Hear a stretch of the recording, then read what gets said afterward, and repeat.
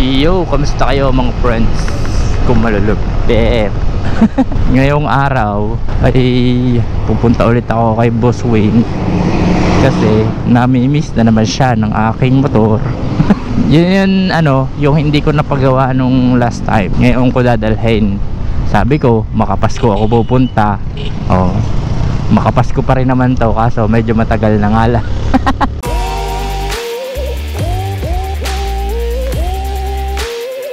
Papaayos na natin ang ball race ng motor ko for the second time. Naalog na kasi. Sabi naman ng motor ko, ayaw pa ako ipaayos ha. Nagtitiis ka pala ha. Aalugin ko na ang leeg ng motor mo para ipaayos mo na ako. Grabe naman to. Sheesh. Grabe naman yun. Ram, sana all. First time ko makakita ng ganun dito. Hanip na yan. Isa yun sa gusto kong pick up eh. Time check, it's 9:49 na. Tinanghali na si boss. Ano nangyari sa alas 8 mo, boss? Sarap kasi matulog eh. Masarap matulog pag madilim ang kwarto eh.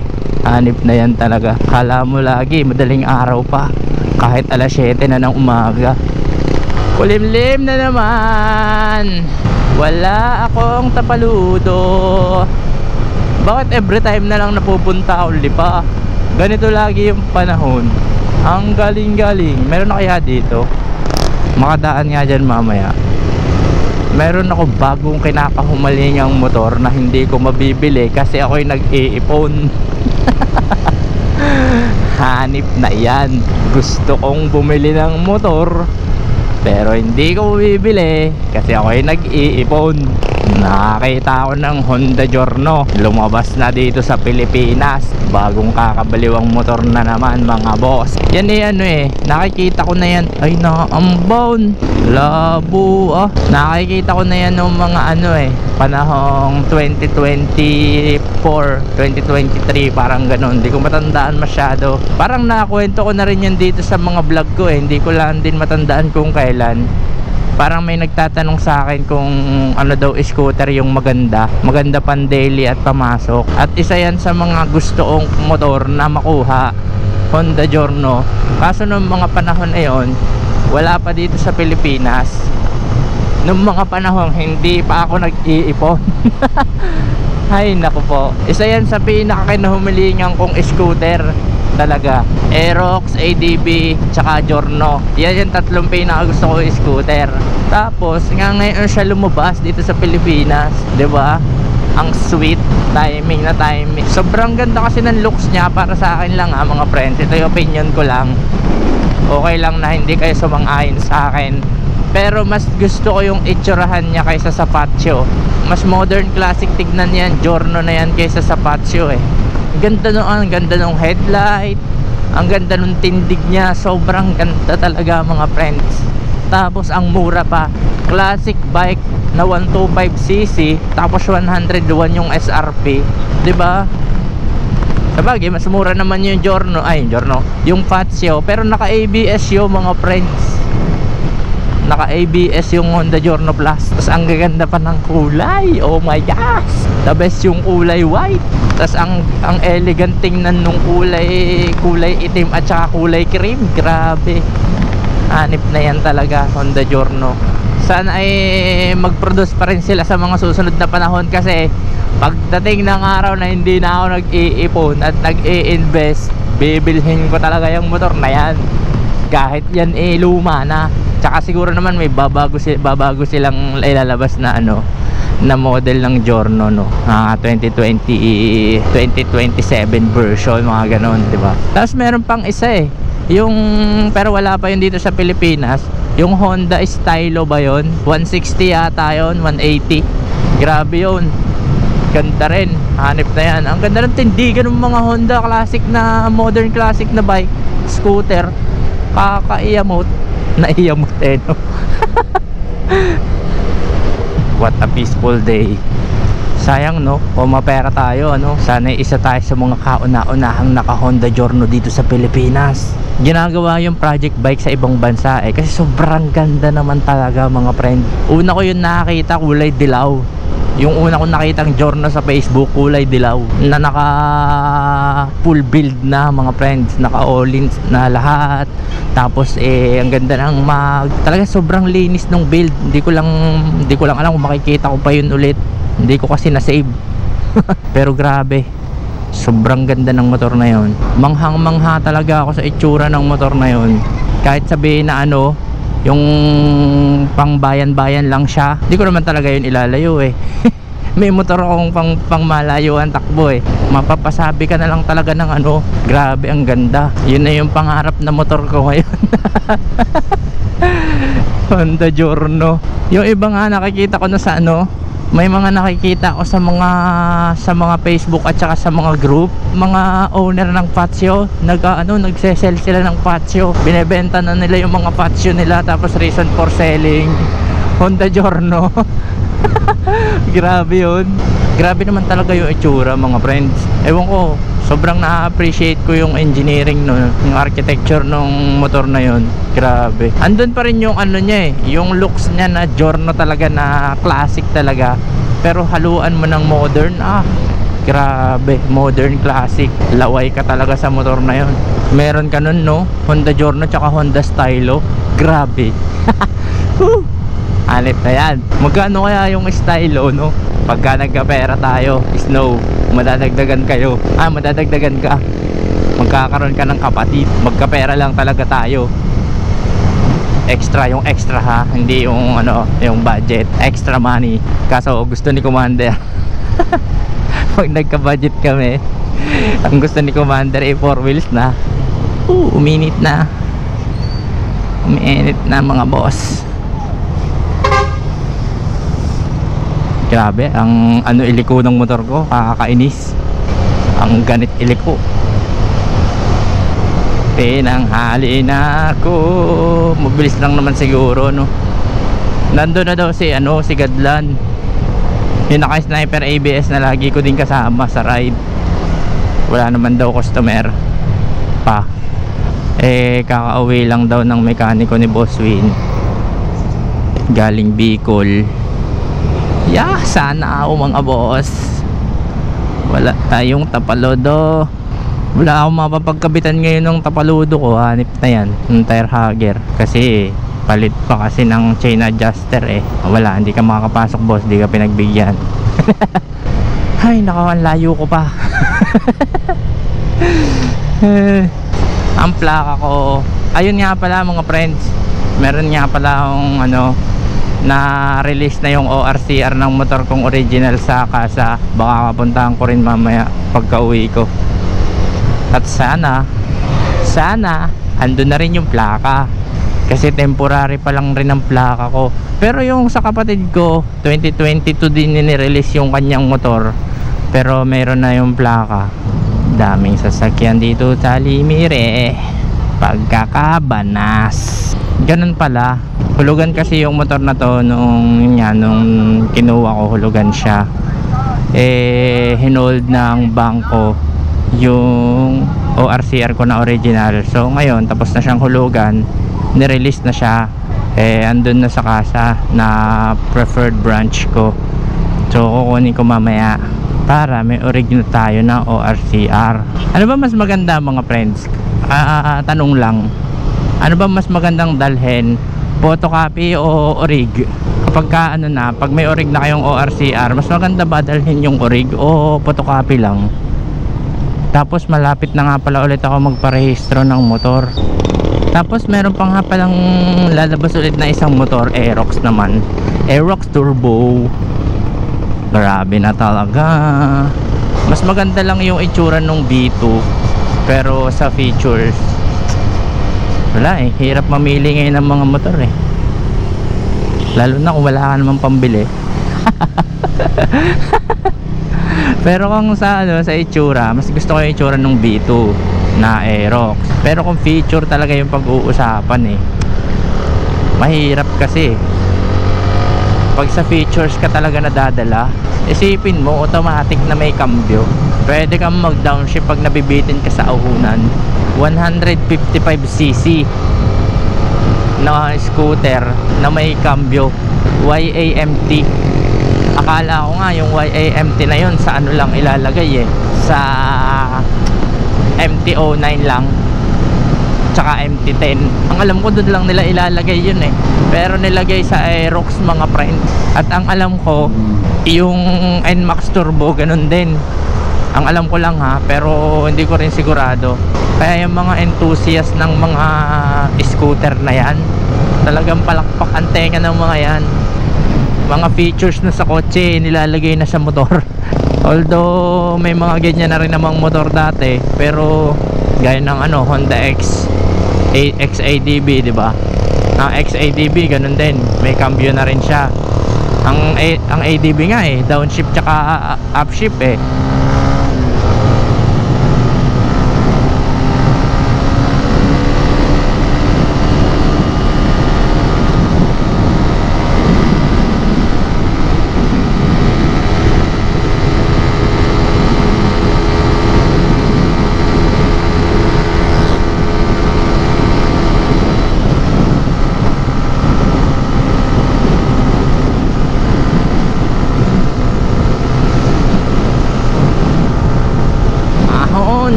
Diba? Ang gaganda na ng mga motor ngayon. Grabe na mga features, mga pre. Sana all may perang pambili.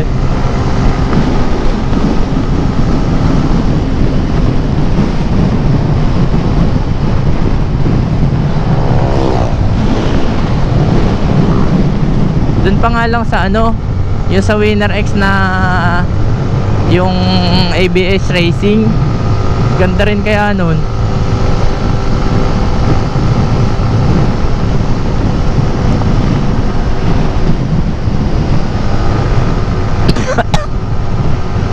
May nakaalala pa.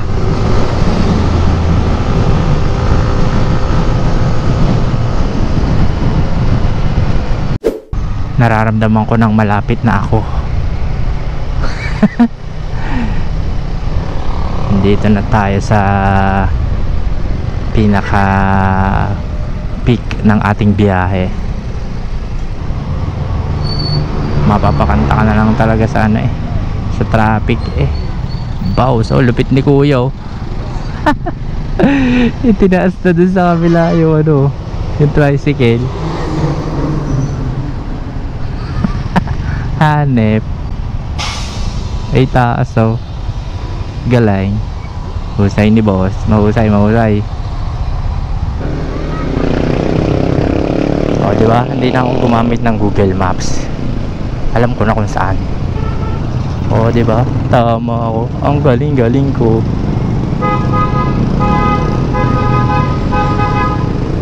Ang lamig dito. Mas mabilis pala sadya din yung daan kaysa doon sa dinadaanan ko lagi. Doon kasi ako tinuturo ni Google Maps eh.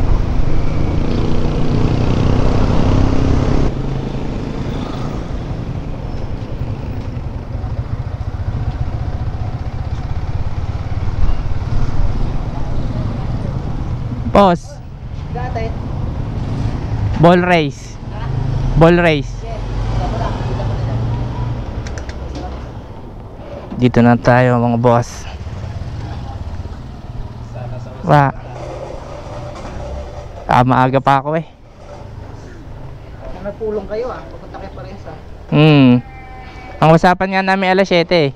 Bali wala yung post namin Walang post. Bakit? Nakataway lang din ni Kuya Vin. Ano ka lang boss Wala pa rin ata. Kumain na po ba kayo? Kakain lang boss. Dito na lang tigil ang gawain. Okay, nag-uumpisa yan ang ginagawa ko, hinahanap ang customer. Ngayon, nagtatago na ako. Uy, hindi na kaya lahat Hanggang sa hindi ko na kaya, naghanap na akong kasama. Tatlo na ngayon. Kapatid ko. Niyaya ako nito eh. Niyaya sa budulan. Paparepak mo din? Pahawak na lang. Wala akong pambili kaya ikaw pinabili ko eh. Ganda oh. Ano naman yung 3.5? Made in Japan boss. Congrats na agad sa iyong upgrade. Uy, palit upuan. Oh. Isa kasi niya. Ilan to boss? Sa Pilipinas? Oh, mag-isa. Sadya kasi yun eh. Grabe naman oh. Isa kasi nga may lining dito sir oh. Na puti. Ay itim. Dito meron siya. Kaso nababasa yun. Kuha ng iba yung tela. Mababalikan ko pa kaya to? Kaya Rare. ginawa ko, sabi ko, ito na lang yung sa akin, purong purong puti. Pag hindi mo yan binili, wala na yan dito Teka lang, pagbalik malay mo. mababalikan Saan ko yung pa front to. spring? Mababalikan ko. Magkano nga to, boss? Swap sa stock. Pag lining lang sa... Sana lining lang. Grabe. 850 lang plus labor. Ganda. Teka lang, pre. Bagay na bagay sa motor mo yan. Baka mapalaban ako bigla eh. Walang batak. Pero ito, Walang bat. kulad niya. Yan mga friend. Kasama sa langis. No? Tumuhok na. Tingnan natin. Kalog na yung clutch Shout out housing. boss, mag-doktor. Hindi kami nakapagdala ng sakong pili. Bigat ng iyong gustong patulong na yan.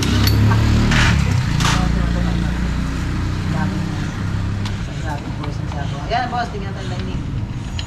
Ayan, di wala siyang bata mga boss, oh. Grabe ba? Ito lang batak to. Isa, dalawa. Sunod mga boss, tatlo. Mapapagastos pa si boss. Good. Bunot ang gawin. Bunot ang gawin. So yun mga friends, kakain mo. Yan na, pinagtulungan na.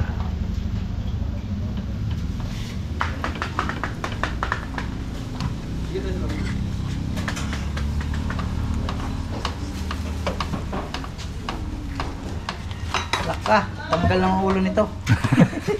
So, Paito, tibay ni Paito. Kadalasan sa bearing nasisira siya sa lower part. So, bakit lower part ang nasisira? Kasi siya may pinakamabigat na friction na tatanggap pag nalulubak. Yung upper kasi support bearing lang to. Yung lower, dyan siya lagi nagkakaproblema. Siyempre lang, magpa-check up ng bearing. Papagalas niya siyempre. Meron ako konti.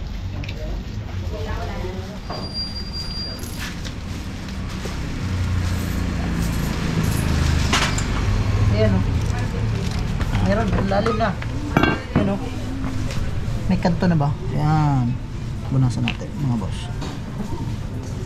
Ayan o, lalim Wow. baga o. Ha? Bakas na eh. Yan. Pwede na magsungka. Parang nasa Bicol ba? Sungka.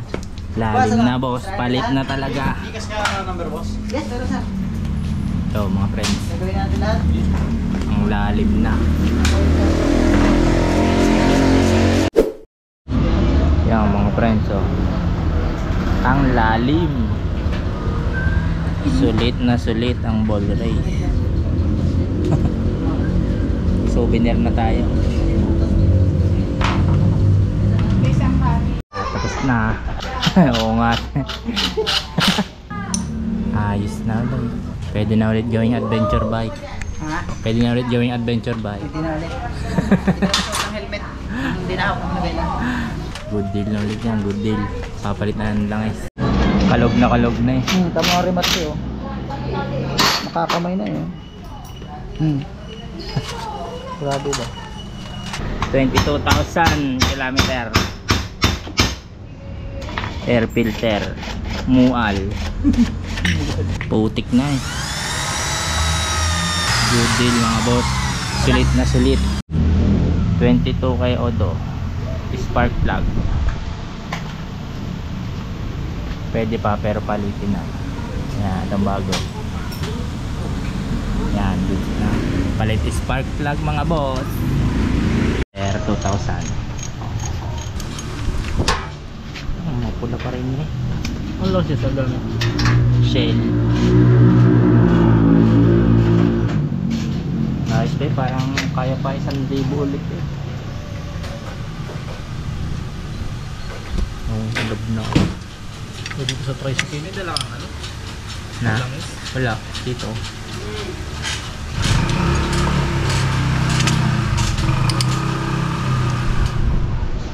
Ang mahal ng maintenance. Pero mas mahal pag change all. Change all. Iba yan ah. Oo. Okay lang mamahalan sa maintenance. Huwag lang mamahalan sa change all. So yung mga friends, natapos na ang paggawa sa ating motor at inabot tayo ng alauna. Gastos malala na naman mga friends. Wala na namang matitira sa ating kabuhayan. So yung mga friends, kita nyo naman yung mga kondisyon ng ating mga pyesa-pyesa after 22,000 odo. After 22 kay odo nga. 22 kay odo, ganun yung mga resulta ng ating mga pyesa. At buti na lang ang talaga at nakadalaw ulit tayo kay Boss Win. At sadya namang iba rin sadya pagbago ang pyesa. Palit ako ng air filter, palit ako ng spark plug after 22,000 odo. Kasi yung air filter natin ay mual na ay nako, laki ng gastos sa motor. Wala nang natira sa atin. Maghihintay na ulit tayo ng sahod. Ang saya-saya. At least matagal ang buhay ng ating sasakyan. Hindi tayo mangangamba na ang ating sasakyan ay pupuga-puga. Kailangan nating patagalin tong ating ball race. Ano boy? Dini na ako. Ingat, ingat. Salamat. Ingat ka, ingat.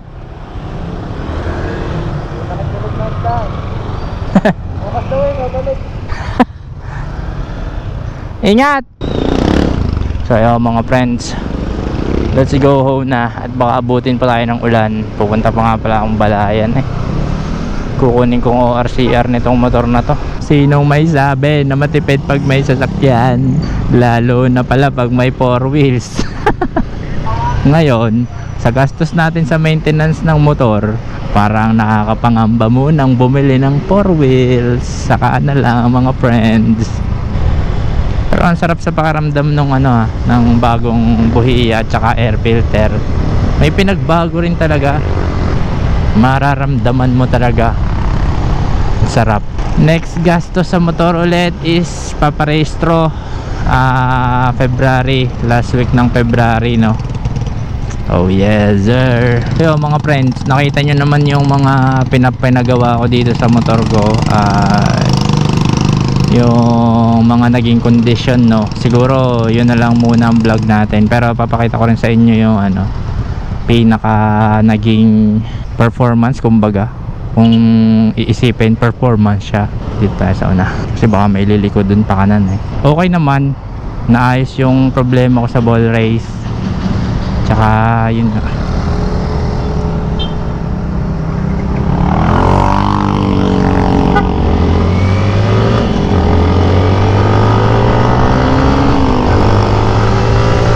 namatayan pa nga si boss.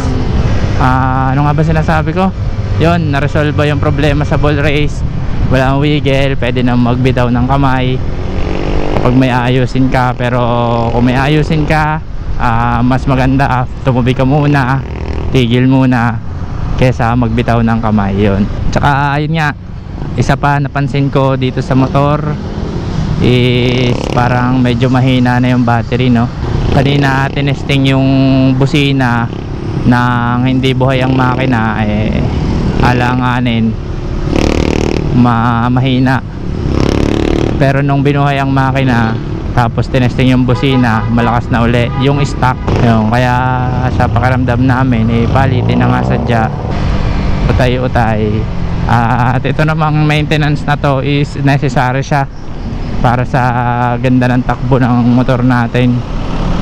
So mahalaga every ganitong odo magpapalit ka para long lasting talaga ang buhay ng sasakyan.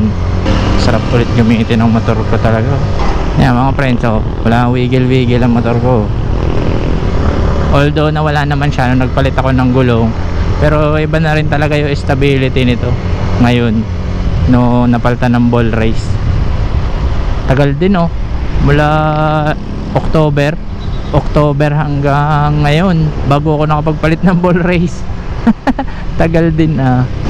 So yun lang naman mga friends, hindi ko na masyadong papahabain tong vlog na to at siguradong mahaba na ito sa kung ano-ano na pag-usapan natin doon kanina. So yun lang mga friends, maraming salamat at may konti lang ulit akong paalala na maghinay-hinay kasi may naghihintay sa ating bahay. In English, don't drink and drive. Peace, yo.